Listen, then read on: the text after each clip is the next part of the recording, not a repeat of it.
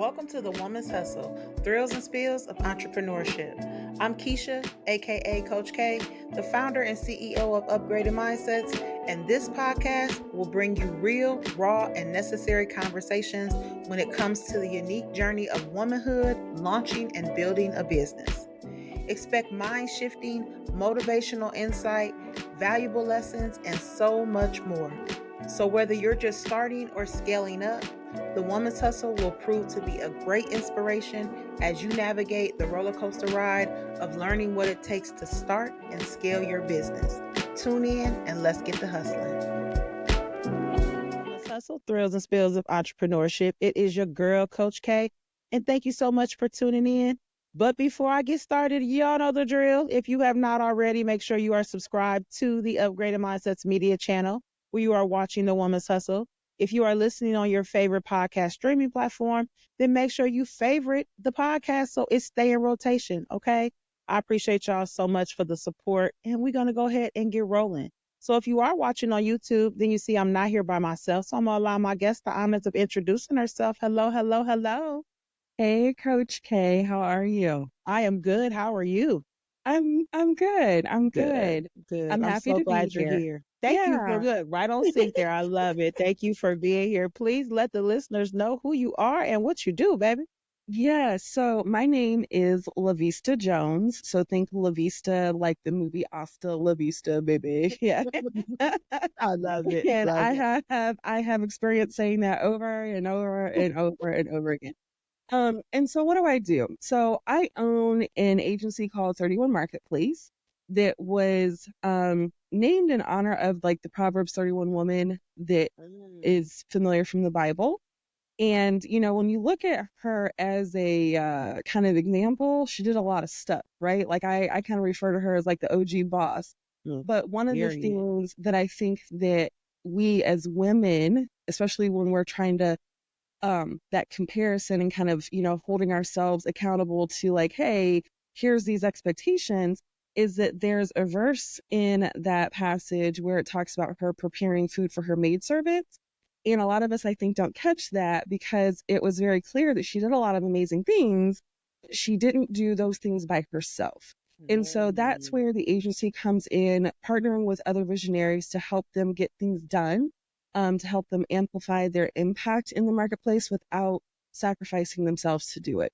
So I would say that I'm a systems guru. So I really love making things more streamlined, more optimized, leveraging automation as like a teammate on your team, and helping you marry self-care, right? So we streamline your systems and we save you all this time, but it's not for you to be on the grind and do more work. It's for you to be able to prioritize taking care of yourself. So that is my whole mission, is to build systems in a way that brings ease into the way that you do your work. I love it. And also allowing you to prioritize yourself and taking care of yourself. And, you know, we do many systems. We have a focus on podcasting systems, so that we're working with business owners that have a unique, and I would also describe as a thoughtfully disruptive message, helping them get that podcast up and running from thought and idea to actually sustaining their show, leveraging the systems and stuff like that we use and the self-care practices so that the host takes care of themselves and they don't experience pod fade, which is a type of burnout specific to podcast hosts. So in a nutshell, we help you do what you love without sacrificing yourself to do it. Hey, I love y'all. Just take a second and process all of that, okay? Because, hey, if she described this podcast life, ain't no joke. So I love what it is that you offer it from a holistic standpoint, just being real. Like, shout out to you for paying attention to that, because as women, and especially as women entrepreneurs, we don't, especially when it comes to, you know, systems and stuff like that. We take on that whole, oh, I can do it. I can handle it all. I can do it. I got it. Everything's good. And it don't be good. So shout out to you for even bringing that into existence. Tell us a little bit more what got you started and where and how you got to where you are today. Yeah, so I often refer to myself as a corporate dropout turned entrepreneur. So I was an AVP at a major banking company here in the States. And I really had an amazing career for 7 years there in that position.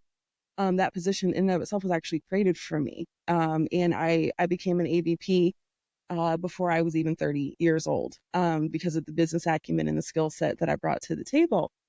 The thing about it, though, Kay, is that when I talk about that season of my life, I talk about it like, like a relationship status you would see like on Facebook, like, oh, you're married, single, it's complicated.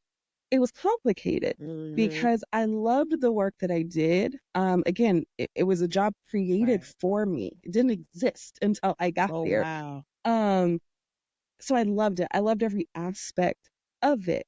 On the flip side, though, the way that I pushed myself and not having a balance with my own ambition and my well being, I burnt out in that position. Mm. And when I decided that it was time for me to resign, that's when I started working for myself and started working with private clients. And one of the things that I noticed is that these amazing visionary women that I was working with were exhibiting a lot of the habits that I had when I was still in corporate. They were not sleeping. They were not eating. They were up sending emails to their team at 3 and 4 and 5 o'clock in the morning. If they Mm. had spouses, they weren't dating them because they didn't have time. They were Right. pulling all-nighters, like all of these different things. I remember having a client with like one of my very first client or conversation with one of my very first clients about her vacation. And it was her and her husband in my office and we're talking. I'm like, okay, we're looking at her overall vision and strategy for the year. And I'm like, all right, like, let me know what vacation we're working with so that we know how to like move things on your Yeah. calendar. And she was like, vacation? Like she scoffed at me. And I'm like, that's a problem, right? At least in corporate, I had some sort of compliance officer knocking, on the door saying, you've got X amount of days, and if you don't use them, If you're you going don't to lose take them, you're them. gonna But lose if them. you're an Right. entrepreneur, you don't have anybody checking you like that, Nope. right? And the idea of taking time off, I can't take time. I've got to be on my grind. I've got to be hustling. I've got to be doing. And so I realized that, hey, this is a problem. And these women, right, left with like that unchecked overwhelm, those unrealistic expectations that they're putting on themselves, they are going to not only burn out, but they're going to resent this Hmm. work in this business that they started. And I don't know about you, but when I started my business, I didn't have a business goal that said in 2 to 5 years, I want to resent and hate this business that They I that put so much didn't time and in, didn't. yeah, into. But that's how we set ourselves up Yeah. when we don't take time to rest. We don't systematically look at how can this business nourish me? How can I build it in a way to nourish me instead of in a way that depletes me and makes me tired and keeps me exhausted? And so that's how that transition happened, going I from love something it. that I love doing in a corporate setting to going to something that I love doing now, Mhm. but having the lessons of burning out and realizing like, hey, not on my watch. If you are a visionary and around me, you're not going to mistreat yourself. You're Yeah. not going to put yourself at the bottom of the priority list. Like you are priority number one, Yes. Oh, period. come on. Tell them, sis. Tell Yeah. them. Like number one priority. I love that you even kicked off with that because we do that as in our everyday life, right? In our personal lives, we have been, moms and wives and sisters and daughters and we'll put ourselves last and we have that whole because we're nurturing people. So we automatically just default to that. And we are breaking those stigmas. You know what I'm saying? So I love that you are very adamant about who you're serving and how you're serving them. Listen, y'all, I get it. I was actually somebody that 5 years ago you wouldn't even have told me that I'd have been an entrepreneur. I was totally fine at my corporate job. Um, very lax, I might add. Like I can't complain about that job and say I was overwhelmed. But what I was overwhelmed and frustrated about a host of things that just built up over time, right? Mhm. But because I began a journey, that journey shifted me into entrepreneurship. That journey shifted me into saying, I want to help women overcome the things that I am overcoming. And that shifted me into full-time entrepreneurship because I was fired from my job after 7 years, was let go. So it was like, Mm. oh, okay, so it's purpose time for real. Now it's time to get it. But one of the things that I know I struggled with as a beginning entrepreneur was feeling like I had to do everything by myself. I had to make sure I was doing this. What do you feel like, in your professional opinion, like, do you feel that we as women, and I know how you're gonna answer, but I want you to answer it, like out the gate, shouldn't we be looking for help out the gate when it comes to starting our businesses? Like from the idea to the vision, clear on up. Like, what's your insight on that? Short answer, absolutely yes. Right. My point of view is that vision is not a solo gig. The things that you're wanting to accomplish in the marketplace, you got to have people to come beside Right. you and help you. Going all the way back to, right, the reason that I named my company the name that it Yep. has. And something that you touched on, right, as I was listening to you, it reminded me of this term that I use. It's called BS recovery, right? And the BS is not quite what you might think it is. It's called boss shame. I call it boss shame. It Mm, is that mindset that so many of us have, especially when we're first starting out, yep. that keeps us stuck. That, hey, I can't be vulnerable to raise my hand and say I need help, or to say that I'm struggling with this, right? Because Yes. that's going to potentially um, harm like your reputation or the perception that people have of you. Now, don't get me wrong. I'm not saying, Kay, to like get on a microphone and scream from the top of like a Yeah. mountain that, I'm sucking at marketing right now. Ah. But Right, right. is it wise to find a mastermind or a group of other business owners that understand where you're coming from, Mm-hmm. understand your struggles, and you can speak freely and safely around them and Yes. they can give you advice? Yes. Yep. Yes, you need that kind of community and that kind Out of the gate. support out the gate. Out the gate. And not so many of us, because like as working with women, the first thing they'll say is, I can't afford. I can't afford, right? And I don't think people realize when you're telling people to invest in themselves, yes, you are saying it from a financial standpoint, but we're also saying it from a mental standpoint, right? We're also saying it from an emotional standpoint. You don't know everything about the business that it is that you're trying to begin. If you Hmm. did, it wouldn't be hard for you to do, right? So investing doesn't always gear towards financial. Now, I'm going to be real with y'all. It definitely is a financial investment starting off a business.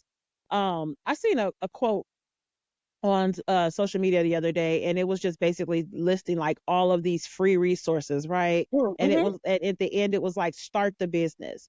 And a lot of people kind of took offense to it because it was like, you're basically misleading people. Because it was like, Google is free, Canva is free. Like it was listing, a bunch of different resources, but your time ain't free, and you've got a list of 10 free resources, but do you know what you're doing with these resources? Do you know how to utilize these resources? So now you're sitting here with all these free apps, and guess what?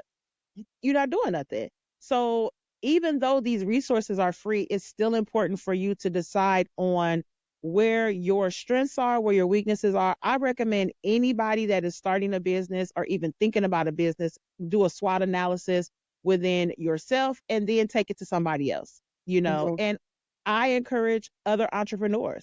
I love that you touched on mastermind classes.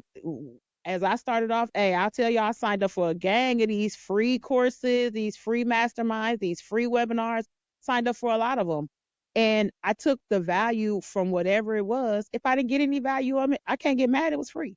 Right. But being able to say, you know what, I've got to figure out where I'm not going to be able to excel in, right? And I've got to Hmm. enlist help for that. So I'm going to say this because I say this often to y'all. If this is something, if you're not ready to invest on any level when it comes to starting a business, you definitely want to think about that. And I'm not here to discourage anybody to become an entrepreneur because I do feel like multiple streams of income is the new way of life now. We're not going to sit here and act like The old American dream of just having one set income is going to have you living your best life. It's not. But you really got to sit down and think about where and what it is that you want to do. And I see so many women go through the superwoman syndrome, is what I like to call it too, Mhm. of feeling like they have to do everything on their own and scared to ask for that help. Yeah. What do you, when you are talking to like other women, like where do you see the most common, block that they may have when they're wanting to start their business or elevate a business? Yeah, I think that it really lies with that not wanting to feel vulnerable, right? Hmm. Like, I'm the boss. I own this business. Therefore, I should know how to take care of this. I should know how to solve this. I should know how to do this. And, you know, that in and of itself is some B and some S. Like, it's just not true, Yeah. right? Like, you look at like the highest office, like in our country, that person has advisors for everything. Like, they're Come on. never doing something solely on their own, making a Yeah. decision completely on their own, right? Like, every president in the history of our country has had advisors and staff and everything else. So, what the heck makes you think that you are going to start this business today and you were supposed to have every like inch of business acumen downloaded into your brain Yeah. yesterday, right? For you to be able to move forward without ever having help, support, or asking a question. Like, that's absurd. And so, Yeah. why do we hold ourselves to that sort of expectation? Because it's not realistic and it's not No, attainable. it's not. It reminds me of something my daddy used to say to me, is that he would rather learn from somebody else hitting their head against the wall than having to experience it himself, right? Come on. So Talk about it, Dad. Talk tell about it. me what was hard for you. What lesson did you learn? Because Yeah. I can glean from that without having to go through the pain myself. That But part. you're not going to be able to do that if you can't even, put yourself in a position to say, hey, Yep. I need this. I need help. I need support. I need to know how you did X, Y, and Z, right? Yep. And even if that person that you don't ask, like the answer is always no, unless you try. So, what's stopping you truly from going to that sister that you see on Instagram or that you have seen at a local networking thing that feels successful to you and be like, how Yep. did you do this? What did you do? What are you using? Who are you using? Like, what have you tapped into? And I would dare say 9 times out of 10, they'll tell you. Yeah. And that's the fact. Like, I want us to break the stigma of feeling like that we can't go to other women. Listen, I know that there are bullies. I know that there are mean girls. That's in every aspect of our lives. Okay. It Mhm. is what it is. But you have to learn and you have to find out who those people are. You can't just assume everybody is like that. You know, coming out the gate and being an entrepreneur, you are going to have to be in those spaces eventually. You can sit here and say, oh, I got it, I can handle it. What are you handling? You know, I love people love to post on social media, and I get it. We know social media is a very, very demanding aspect of our lives as entrepreneurs. However, I get so frustrated because people, that's the only thing that they do. But you don't Mhm. have a strategy for yourself to elevate that social media marketing for yourself. You're just posting or you're tagging 100 people, or, and yeah, that irks me. But, so like, it's like, you have to come up with a plan. So if you're not doing anything but investing in somebody to help you come up with a plan, there has to be some form of something. You've got to want to talk to somebody. I love what you said. 9 out of 10 times, somebody's going to be able to give you some form of help. And like those free master classes that people offer, you might listen to a 30-minute master class and only take away 5 minutes of information. But guess what? That's 5 minutes of information that you didn't know before. Mhm. So if nothing else, invest in the time that it's going to take to do the research, because a lot of times we just winging stuff out here. People just winging it and just throwing stuff together, and it frustrates me, and that's where I will come in and say, hey, we need to come up with a purpose plan. What's your purpose?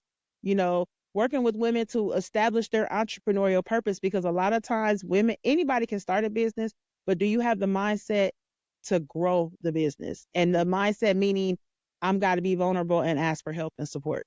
Yep. And I 1,000%. got to know that I'm walking in purpose, and I got to make sure that it's aligned with my personal being.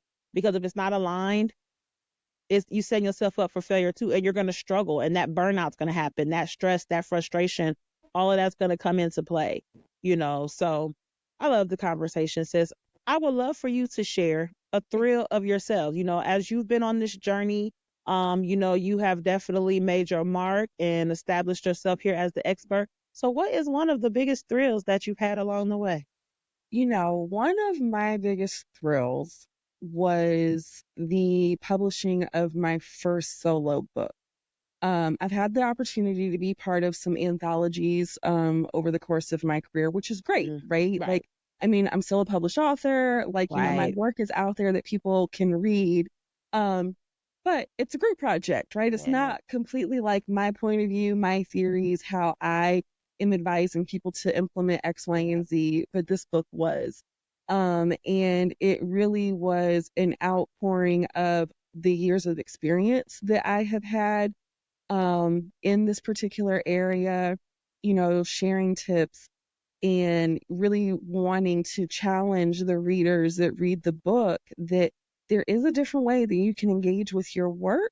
It doesn't have to be hustle, hustle, hustle. It doesn't have to lead to burnout. You don't have to be exhausted. Like, you having a thriving business and you thriving personally, those two things are not mutually exclusive. And Yeah. so that, I think, was one of my biggest thrills. I love And it. the fact that, like, my baby boy got to be part of it and, like, come to, like, my book signing and be there with the people. And it was the first time he heard me speak publicly. So getting to see, like, what his mama actually does. Right. I Yeah. love it. Yeah. That's so dope. I love it. Especially when the kids just like I know his face was just like, look at my mama. Come on, mama. Come on, mama. Yeah. Yeah. It was great. It But was with great. the thrills must come spills. So Mhm. please share with us a spill that has, hit you as you have been on this entrepreneurial journey. Yeah. Well, I would say that the most recent spill actually has been the loss of my daddy. I mentioned him a little earlier. And even though he's like from the generation that he didn't really quite understand, okay, my daughter left corporate and is an entrepreneur now, like, he would still be like, so you okay? Right, right. Everything all right? And I'm like, Daddy, I've been doing this now for almost 10 years. Like, Yeah, I'm good. Like, we're not yeah. homeless. We're living in a house. Like, everything is good. Everything is But good. I can appreciate, having a conversation with him while he was transitioning and him telling me how proud he was to Mm, sit and to witness me doing work my own way. And just kind of not necessarily following um, this particular route just because somebody else did it that way, that Societal standards, he yeah. witnessed carving me, he witnessed me carving out my own path. And even though he didn't understand every step, he was proud that I was on that journey. And so Aw. it's a spill, but it's also makes my heart smile when I think about him being proud of me. And it's funny, Kay, like before he passed away, I had recently received some grant funding. And I remember calling and telling him, like, Daddy, I got this grant. And I'm all excited. And he's like, well, when they gonna cut me my check? And I'm like, first of all, it doesn't work that way. And then I'm like, what have you done to, like, you know, what have you contributed to the business or whatever? And just as quick, he was like, half of you. And I'm like, okay, touche. I mean, you do deserve a check. I don't know. Hey, But okay, that yeah, clap back yeah, is quick. I love it. yeah. So, yeah. Oh Even though man. he wasn't like a day-to-day member of Yeah, my business, his presence overall will be missed in sharing, those new wins and thrills, with him that absolutely. come up in the future because, yeah, he was proud of what his daughter was He doing. was So, definitely proud. I love it. Well, we are definitely going to dedicate this episode to Dad. Again, I know, we've had a few conversations about it, and I can just tell how your face is glowing right now that he definitely was a major influence on your life. So we definitely gonna make sure that we dedicate this episode to him. So, but Yay. yes, sis, great conversation. Totally love it. And just appreciate your transparency, because that's also what this is about too.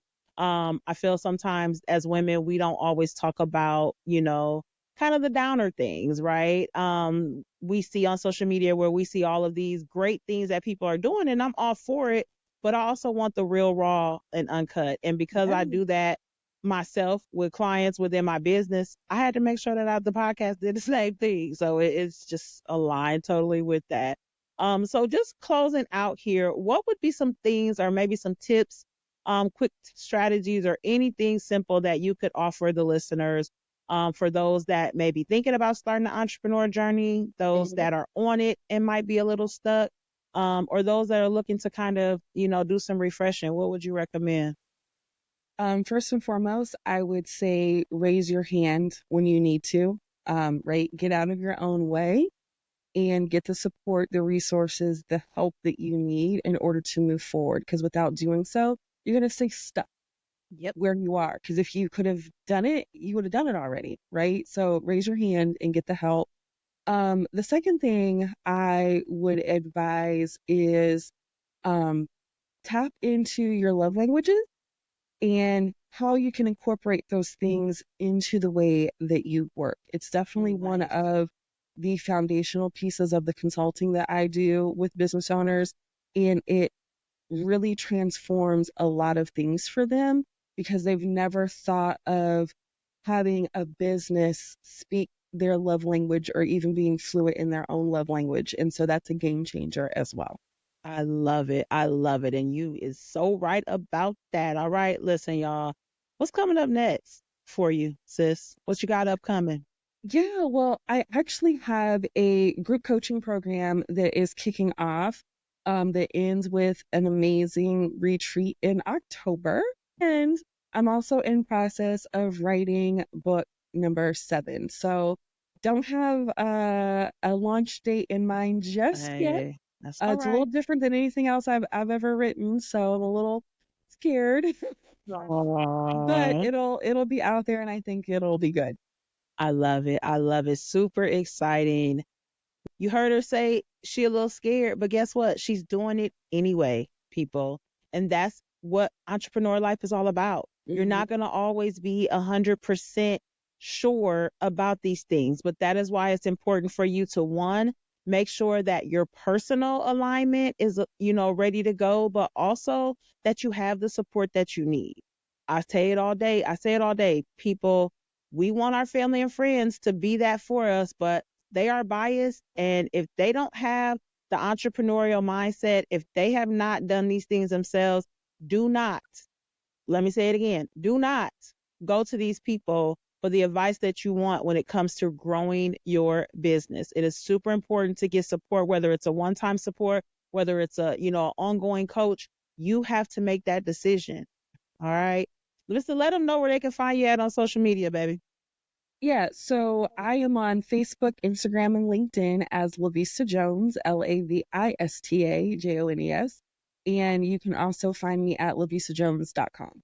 Love it. Love it. And I'll make sure that her book that she currently has, the link will actually be in the podcast description notes as well. And you guys will also be able to link her socials to get in touch with her to see more about what it is that she offers. We definitely offer some of the same services, but hey, when you really trying to grow and elevate, there is no competition. It is all about us building together and breaking those stigmas, ladies. All right. I appreciate y'all so much for tuning in, LaVista. Thank you so much for being here, sis. It has been an honor. Thanks for vibing with me and sharing your thrills and spills. And I wish the best for you, baby girl.